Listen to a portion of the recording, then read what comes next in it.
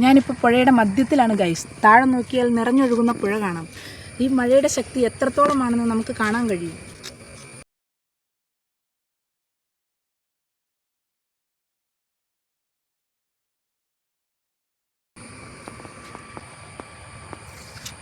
പ്രകൃതി എത്രത്തോളം മനോഹരമാണോ അത്രത്തോളം ശക്തിയുള്ളതുമാണ്, രൗദ്രഭാവം നിറഞ്ഞതാണ്. ഈ സമയങ്ങളിൽ എല്ലാവരും സുരക്ഷിതമായ ഇടങ്ങളിലേക്ക് മാറി സേഫായിട്ട് ഇരിക്കണം. ഇനിയും നമ്മൾ ജാഗ്രത പാലിക്കേണ്ടതായതുകൊണ്ട് വെള്ളത്തിൻ്റെ വരവ് ശക്തമായി വരിക തന്നെയാണ്.